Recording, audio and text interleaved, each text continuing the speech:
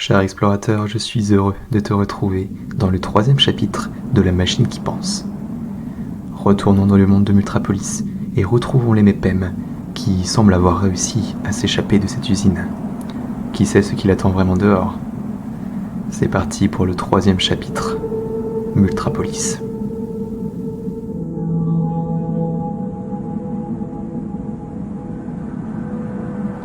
Depuis son immense bureau luxueux, le directeur de l'usine était en train de travailler. Soudain, l'un de ses multraphones personnels se mit à sonner bruyamment. Après une grande inspiration, le directeur relâcha sa colère en lançant son appareil par la fenêtre. Il détestait être dérangé. Le multraphone atterrit alors sur le sol du désert, avec de nombreux autres appareils jetés.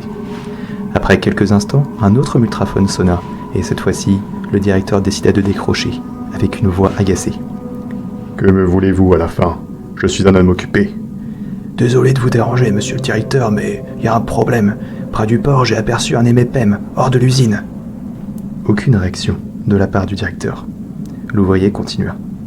Cet Mépème a réussi à s'évader, et il s'apprêtait même à quitter le Factoristan à bord d'un bateau, caché dans une caisse. Si je résume, un MPM s'est échappé, et vous vous permettez de m'appeler, n'est-ce pas?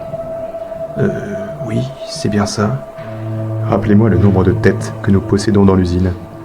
À peu près 800 000 têtes, je crois, non? Non, 2 millions. 2 millions d'Mépèmes, rugit le directeur avant de se mettre à ricaner soudainement. Vous croyez sérieusement qu'une seule tête en moins me coûterait de l'argent? Ah non, c'est vrai, monsieur le directeur, c'est vrai qu'avec autant de monde, vous n'êtes pas une tête près, hein. La voix du directeur se fit alors glaçante. C'est vrai qu'avec autant de monde, je ne suis pas à une tête près. Ne me dérangez plus inutilement désormais. Nous avons aussi un très grand nombre de conducteurs comme vous. Repensez-y.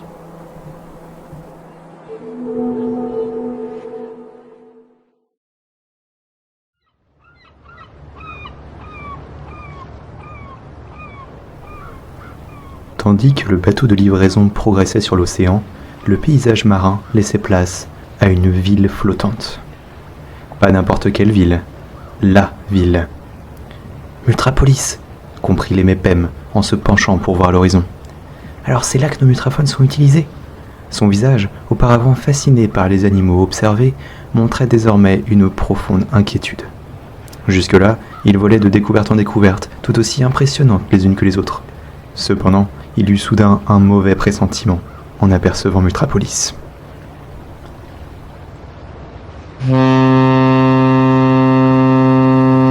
L'énorme bateau était pourtant lancé à pleine vitesse, mais l'épaisse couche de déchets plastiques qui flottait autour du port le ralentit considérablement. En les écrasant sans peine, il parvint à accoster. Sur le quai, des engins débarquèrent aussitôt pour commencer à descendre les caisses de multraphones. De nouveau caché dans sa caisse, Mépèmes sentit tout à coup une puissante vibration, suivie d'un bruit métallique peu rassurant. Il ne le voyait pas encore, mais un engin s'apprêtait à retirer des caisses proches de lui. Paniqués et pris au piège, les Mépèmes respiraient de plus en plus vite et risquaient d'étouffer. Qu'est-ce que je fais? Je dois sortir, je dois respirer. Un peu plus tard, il ne restait plus qu'une seule caisse sur le bateau. Le conducteur d'un engin s'en approcha lentement. Il s'inquiéta un peu en remarquant que le couvercle était mal refermé, mais finit quand même par le soulever. Comment ça se fait? S'écria-t-il. Pourquoi qu'elle est vide cette caisse? Pas normal ça. À plusieurs mètres de là, caché dans une ruelle, les Mépèmes observaient la scène de loin. Encore une fois, il avait osé prendre une initiative et s'en était sorti de justesse, en partant au bon moment.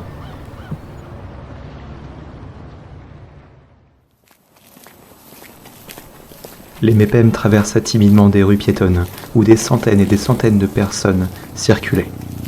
Il fut obligé de se faufiler entre les innombrables multrapolitains, qui marchaient avec énergie, sans même regarder devant eux. Eux-mêmes avaient du mal à se frayer un chemin dans cette vague étouffante. Aller à contre-courant serait très dangereux. Emportés par cette foule, les Mépèmes essaya de rejoindre la première ruelle venue, sur les côtés. C'était presque impossible toutefois, compte tenu de la vitesse de la vague des multrapolitains. Tout allait trop vite. C'était donc à ça que ressemblait Multrapolis. Les Mépèmes réussit enfin à atteindre une ruelle et reprit son souffle. Par curiosité, il s'y enfonça et découvrit une énorme poubelle au dos d'un restaurant. À l'intérieur, le jeune clandestin affamé trouva des bouteilles d'eau pleines, des fruits, des légumes intacts et même des baguettes de pain. Il y avait là un repas tout entier, dont les MEPEM se régala. Tandis qu'il se nourrissait de tout ce qu'il y trouvait, des voix se firent entendre de plus en plus distinctement. Caché dans l'immense poubelle, il observait la scène. Un petit garçon plus jeune que lui tenait des mutraphones dans ses mains et criait après son père. J'en ai marre! Les mutraphones que t'as achetés, c'est pas les derniers sortis! Je peux pas écouter la musique que j'aime! Moi, je veux écouter du multra-rap! Sur ce, l'enfant balança ses nouveaux mutraphones sur la poubelle. Désolé, mon trésor, je t'en rachèterai plusieurs, c'est promis. T'as intérêt! Sinon, je t'aime plus! Dis-moi, mon petit, tu vas aller manger où? Allez, un endroit qui te plaît, je sais pas. Je veux aller au multra-fat food! Et je veux manger des multra-burgers! Puis l'enfant partit en courant, suivi de son père qui murmurait « Oh, pauvre trésor, pauvre trésor !» Silencieux, les MEPEM ne comprenaient pas tout ce qui venait de se passer. Ils fixaient simplement les multraphones, fracassés, au sol.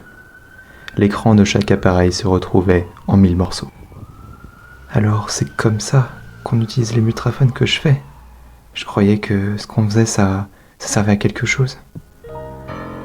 Seul et bouleversé, les MEPEM préféra rester dans cette poubelle pour la nuit. Il était allongé sur des coussins en bon état et assez confortable, mais difficile de trouver le sommeil quand on n'a pas le moral. Toute son existence se résumait à presser, insérer, optimiser, nettoyer. Alors, en découvrant le sort des mutraphones, un profond sentiment d'inutilité s'empara de lui. Complètement épuisé, il finit malgré tout par s'endormir.